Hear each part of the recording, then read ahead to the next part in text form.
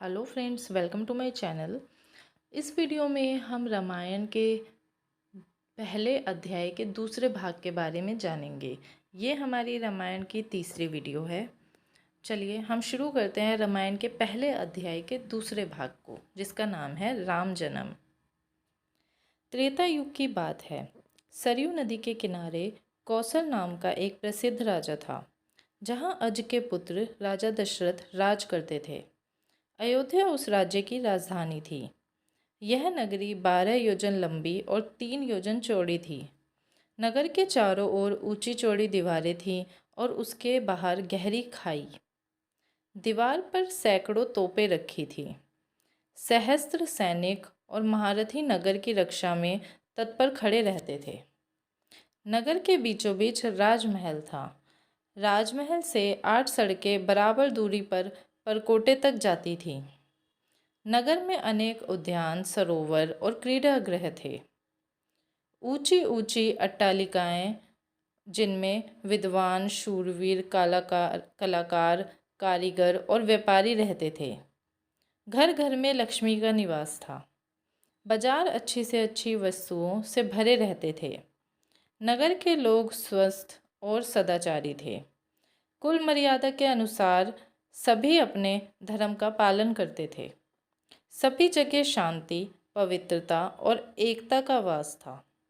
राजा दशरथ बड़े प्रतापी और सदाचारी थे। सगर, रघु, दिलीप आदि अपने पूर्वजों की तरह उनका भी यश चारों ओर फैला हुआ था। 8 सुयोग्य मंत्रियों की सहायता से वे राजकाज चलाते थे। इन मंत्रियों में सुमंत मुख्य थे। मंत्रियों के अतिरिक्त वशिष्ठ, वामदेव, जालिबा आदि राजपुरोहित की राजा को परामर्श देते थे। इनकी सहायता से राजा सदा प्रजाहित के कार्यों में लगे रहते थे। राजा दशरथ ने बहुत दिन तक राज सुख का भोग किया। उन्हें धन, मान, यश किसी की कमी न थी, पर उन्हें एक दुख था, उनकी कोई संतान न थी। जीवन उन्हें सूना सा लगता था। उनकी रानियां कौशल्या, सुमित्रा और कैकई भी इस कारण दुखी रहती थी। राजा ने इस विषय में अपने मंत्रियों और पुरोहितों से बात करी। सबकी सलाह से यह निश्चय हुआ कि पुत्रेष्टि यज्ञ करा लिया जाए।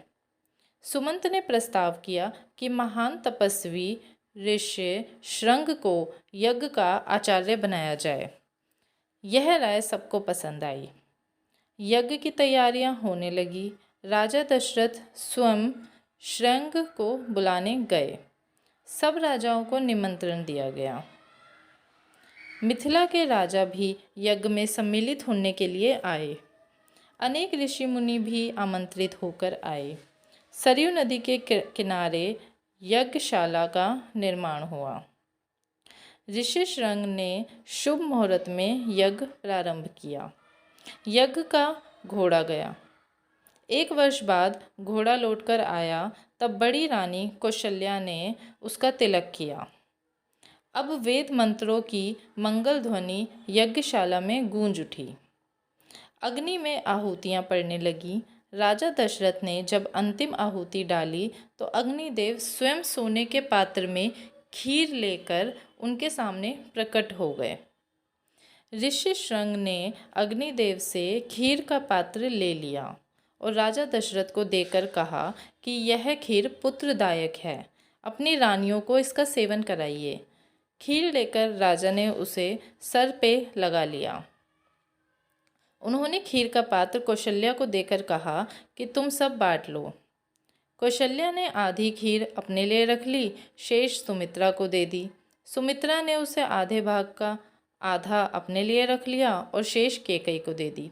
केकई ने उसमें से आधी खीर स्वयं ले ली और आधी सुमित्रा को ही लौटा दी।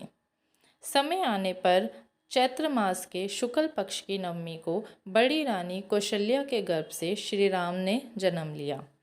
इसी तिथि पर हम आज भी रामनवमी का पर्व मनाते हैं। मंझली रानी सुमित्रा के 2 पुत्र हुए, लक्ष्मण और शत्रुघ्न। केकई के एक पुत्र हुआ, उसका नाम भरत रखा गया। रखा ने बड़ी धूमधाम से पुत्रोत्सव मनाया। राजमहल में मंगलाचार होने लगे और स्त्रियां बधाइयां देने लगीं। देवताओं ने फूलों की वर्षा की। अप्सराएं नृत्य करने लगी। राजा और प्रजा के हर्ष का ठिकाना न रहा। चारों राजकुमार बड़े सुंदर थे। धीरे धीरे वे बड़े हुए और साथ साथ खाने खेलने लगे।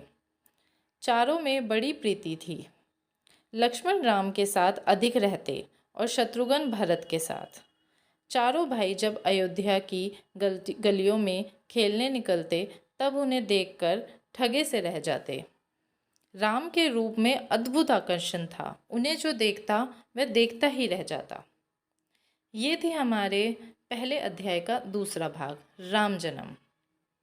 अगली वीडियो में हम पहले अध्याय के तीसरे भाग के बारे में जानेंगे, जिसका नाम है विश्वामित्र के यज्ञ की रक्षा। Thanks for watching.